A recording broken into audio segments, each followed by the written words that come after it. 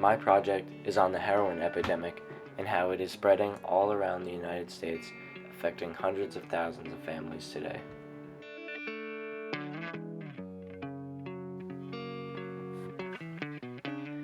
Heroin is an illegal, highly addictive drug processed from morphine.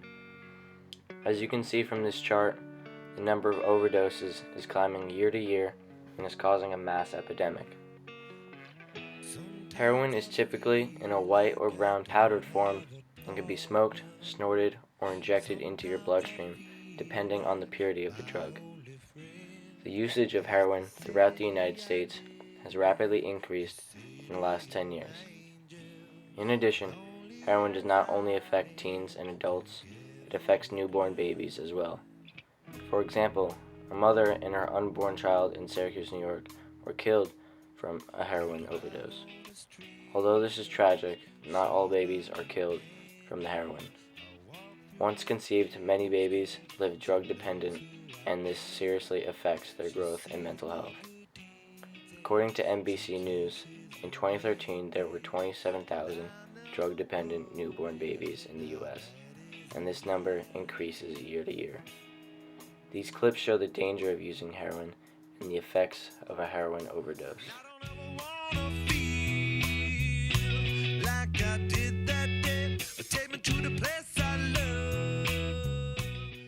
Today, most heroin users are white males between the ages of 18 and 26 and are concentrated in lower-class suburban communities earning salaries of $20,000 or less. According to the Huffington Post and Rutgers research, one cause of heroin abuse and addiction is the loneliness and stressful lifestyle of a person. To prove this, Bruce Alexander, a professor of psychology in Vancouver, ran a test on rats, which was successful in proving this theory. This goes hand in hand with the people today, because most users are people who are struggling and need release from their difficult lives. Not having a preferential option for the poor causes situations like these to occur. Gustavo Gutierrez, a Dominican priest and one of the founders on liberation theology, defines having a preferential option for the poor as actively seeking justice and help for the impoverished, oppressed, and marginalized members of society.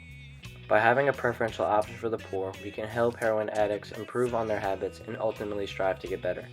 In addition, another theory is that drug abuse habits can be passed down genetically from parent to child. Although not proven, doctors notice these patterns appearing more and more often in their communities. This relates to the cycle of socialization in many ways.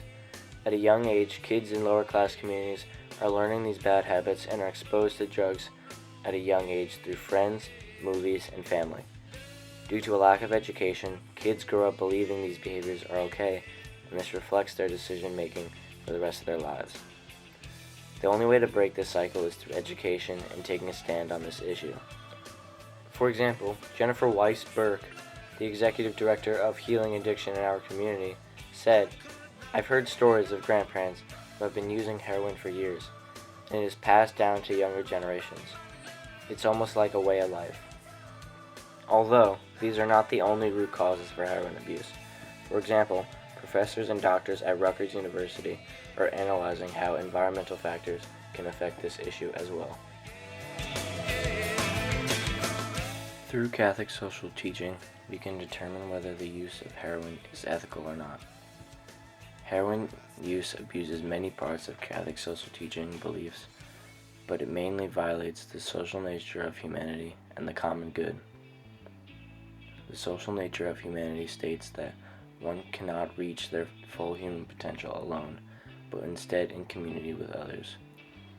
How we act around our family, society, and community directly affects the ability to achieve our full potential. The use of heroin isolates a person from their family and restricts them from interacting with the community.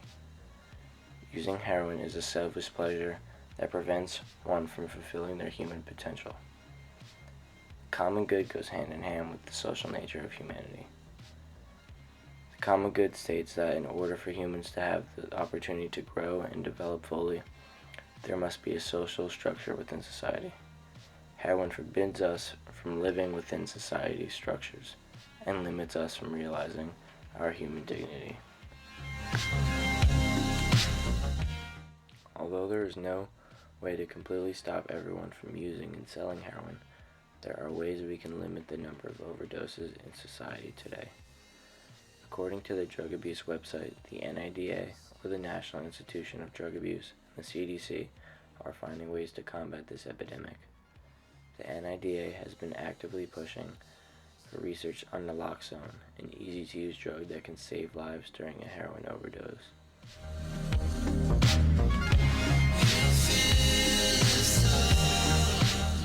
Also, the NIDA have sought out to improve on the education of clinicians in pain treatment and opioid prescribing. In addition, they have given guides to doctors to help detect heroin and opioid prescription abuse.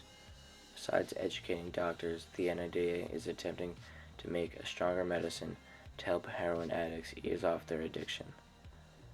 To summarize, education is imperative in stopping this epidemic. Educating kids at an early age of the dangers of heroin can shape them into a brighter, drug-free future.